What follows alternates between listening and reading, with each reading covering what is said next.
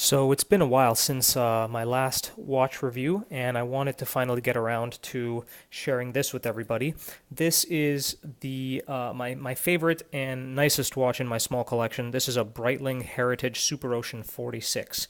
So let's get right into it. 46 millimeter diameter, 24 millimeter lugs. Um, I got it on this really nice mesh bracelet. Um, it's got a screw down crown with the B on it. It's got a solid case back there. I personally wish it had an exhibition case back instead because I like being able to see the movement.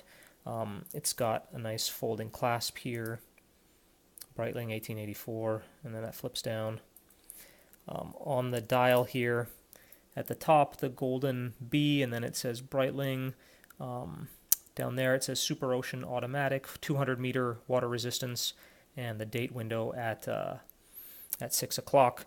There's lume on the hour and minutes hand, and then at these little lume pips at the hour markers there. The lume is good. I wouldn't say it's fantastic or amazing.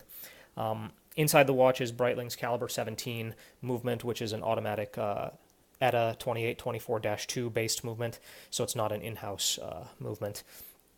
The watch comes, so this is 46 millimeter. It's a big watch. It's a heavy watch. It also comes in 42, and it also comes as a chronograph. I liked the wrist presence of this larger one. Even though my wrists are not that big, this didn't look unusually large on me, and I liked how much wrist presence it had at the 46 millimeter size. The chronograph looks really cool, but it's thicker, and this is already kind of heavy, and the chronograph was already more expensive, so that was part of the reason that I wanted this watch. Before I put it on and tell you what I really like about it, a couple things that I'm not the biggest fan of. One is these lugs. The bottoms of the lugs, the edges are actually really sharp, and it doesn't matter when you're wearing the watch. If you're wearing it, they don't really cut in, so that's not a problem at all. But if it's just sitting down and you pick it up or something like that, they can they can scratch. They're a little sharp. I'm not sure why they made it like that.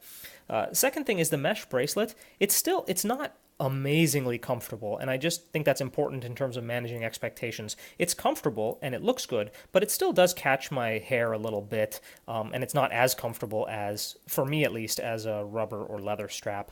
The bracelet it's got these little links there with screws that you can unscrew, and then it's got these micro adjustment pins if you need to make adjustments to it. And then the bezel, of course, is a dive watch. It's got a unidirectional rotating bezel. So those are the two things, the bracelet comfort and these scratchy lugs, that I'm not thrilled by. The other thing to know is it is a heavy watch, so you have to sort of, I would recommend trying this on before buying it just because of that weight to make sure you get used to it. After a while, I got used to it, and now I don't even notice it. So why do I love this watch? Why did I want this watch?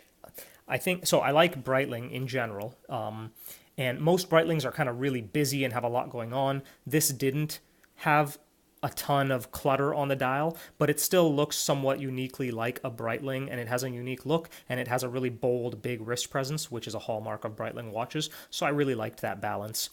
It comes in a number of colors. I chose this blue bezel white dial, which looks, in my opinion, absolutely beautiful. It really, really looks nice, but there are other colors to it. Overall, the reason I wanted this watch was the wrist presence, without a question. It looks every bit as expensive as it is. I've gotten a lot of compliments on it. I've seen a lot of watches. I've tried on a lot of watches that are this price range or even higher at stores, and there's a couple watches that just keep coming back to me as looking really, really fancy, and this is certainly one of them.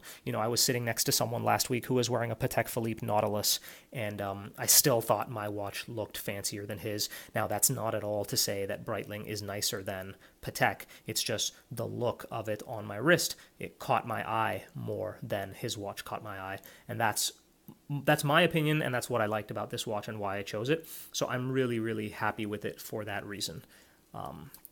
So I hope this was useful and you guys enjoyed it, and thank you for watching.